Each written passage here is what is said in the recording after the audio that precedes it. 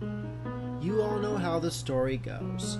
In Undertale, when you have to face off against Asgore for the first time, you're situated inside the room where the barrier is. The magical barrier that keeps all the monsters in the underground from escaping. And the only way to cross it is with a monster soul and a human soul. And the only way to break it is the equivalent of 7 human souls. The same type of magic that was used before by 7 human mages. And it would take the entirety of the underground just to equal the power of 1 human soul. Why do I bring this up? Because it's a blatant lie! Yeah, that's right. I'm telling you right here, right now, how you think the barrier works is bullcrap.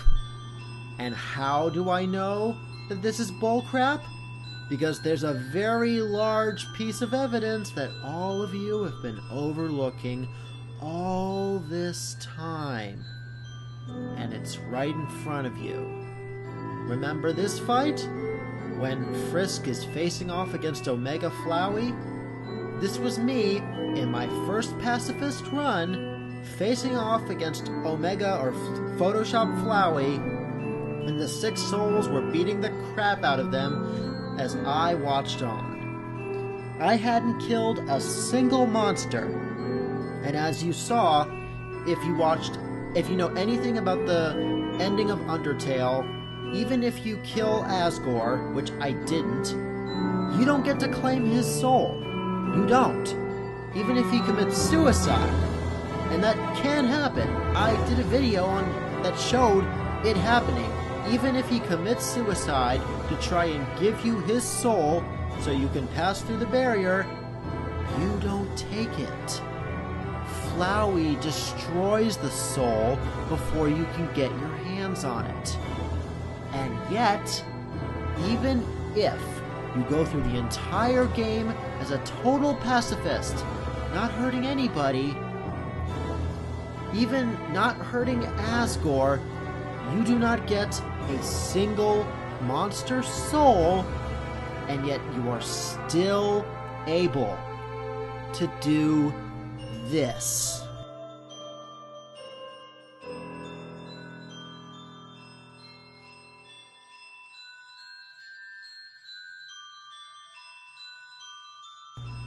Frisk goes through the barrier even though he never absorbed a single human soul. And we know he's outside because that's what the epilogue shows in a neutral run. And we know that the barrier isn't down. The 6 souls didn't get rid of the barrier because Frisk would have happily gone back and said, "Hey guys, the barrier's down, come with me." That's not what happens.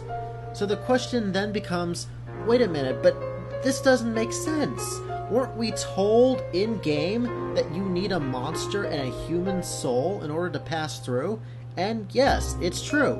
In-game, that is what we were told. At this very scene, Alphys confesses that it doesn't just take a human soul to pass through the barrier.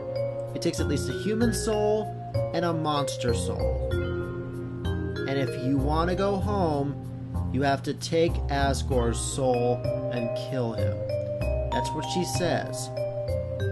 But we know that isn't true because Frisk passes through the barrier on their own without taking a single monster soul. So the question is, well, okay, then why do they think that a human and a monster soul are both required? The answer's simple. Because they're going off the last time it happened. The last time that a monster passed through the barrier. And who was that? That's right. Azrael Dreamer, the son of the king and queen of the underground. Azrael absorbed his dear sibling's Chara's soul. He absorbed a human soul and passed through the barrier. That's what happened. And therein is the key. A monster with a human soul can pass through. But based off what we observe at the ending of Undertale, a human can pass through the barrier completely on their own without absorbing a monster soul. The monsters just assumed that you needed a human and monster soul because that's the only time they ever saw it happen. With Chara and with Azrael. They're going off a false assumption. Now, you might ask, well, why didn't they just test it out? Well, the thing is, they didn't bother to. Because every single other person that fell down into the underground, all 6 children that fell in after Chara and before Frisk, they murdered them all. So, instead of actually trying to check to find out if maybe a human on their own could go through, they just killed the kids and took their souls. They never once considered the possibility that a human could get through the barrier on its own. And frankly, they should have. I mean, seriously think about it.